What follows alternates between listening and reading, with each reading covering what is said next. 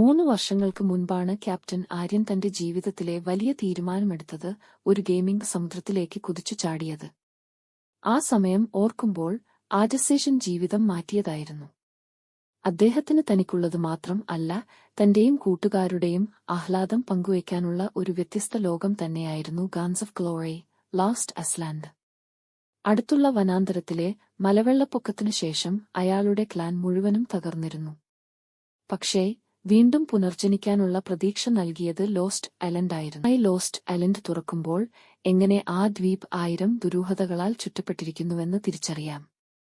ഓരോ ഭൂമിശാസ്ത്ര ഭാഗവും വിവിധ തരത്തിലുള്ള ക്വസ്റ്റുകളും ആക്രമണങ്ങളും പ്രതീക്ഷിക്കുന്നു. ആര്യൻ ചിന്തിച്ചു, ഇവിടെ നീ കണ്ണുകൾ തുറന്നു നടക്കേണ്ടതുണ്ട്. അല്ലെങ്കിൽ അടിയന്തരമായി തകർന്നു പോകും. ക്ലാൻ അംഗങ്ങളോടൊപ്പം ചേർന്ന് സ്ട്രാറ്റജികൾ രൂപപ്പെടുത്താൻ തുടങ്ങി. ഓരോ കാഴ്ചയും ഓരോ നിർദ്ദേശവും ശ്രദ്ധയോടെ പഠിച്ചു. ഗെയിമിന്റെ ടൈം ബേസ്ഡ് സ്ട്രാറ്റജികൾ, റിസോഴ്സ് മാനേജ്മെന്റ്, കമ്പാറ്റ് പ്ലാനിംഗ് എല്ലാം യഥാർത്ഥ യുദ്ധത്തിന്റെ തിരമാല പോലെ തോന്നിച്ചു. സാങ്കേതികതയും കളിയുടെ ഭംഗിയും 3D ഗ്രാഫിക്സുകളും ലൈവ് അനിമേഷനുകളും അതിശയിപ്പിച്ചു. അതിലെ ചെറിയ ഡീറ്റെയിലുകൾ വരെ ശ്രദ്ധിക്കപ്പെട്ടിരിക്കുന്നു. ദ്വീപിന്റെ ഓരോ കോണിലും ഉദ്ദേശപൂർവം ഒരേപോലെ മാപ്പ് ചെയ്ത് പ്ലെയറിനെ ആകർഷിക്കാൻ ശ്രമിച്ചിരിക്കുന്നു. ഉദാഹരണത്തിന്, ആര്യൻ തന്റെ ക്ലാനുമായി ചേർന്ന് നോർത്ത് പോയിന്റ് ഫോർട്ട് കീഴടക്കുമ്പോൾ ഉണ്ടായ അതിശയകരമായ റിവാർഡുകൾ അത് സ്വന്തം ജയം പോലെ തോന്നിച്ചു. നഷ്ടങ്ങൾക്കും നിർഭാഗ്യങ്ങൾക്കും ഇടയിലൂടെയും.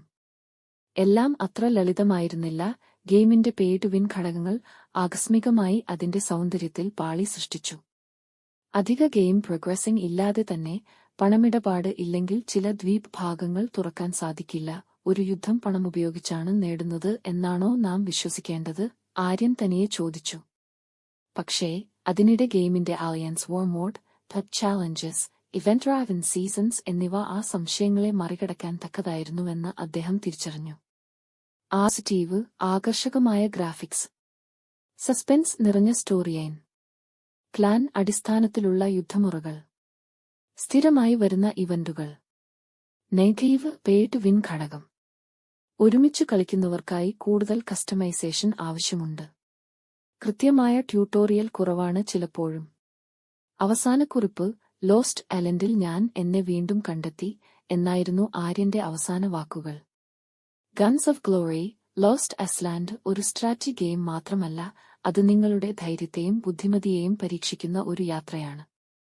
ആ ദ്വീപ് ഒരു പ്ലെയർക്ക് സിംഹാസനമാവാം, അതോ ശവമടക്കാനുള്ള ശില്പശാലയാവാം. നിനക്കും ആര്യനെ പോലെ ആ ദ്വീപിൽ കടന്നുചേരാൻ താൽപ്പര്യമുണ്ടോ?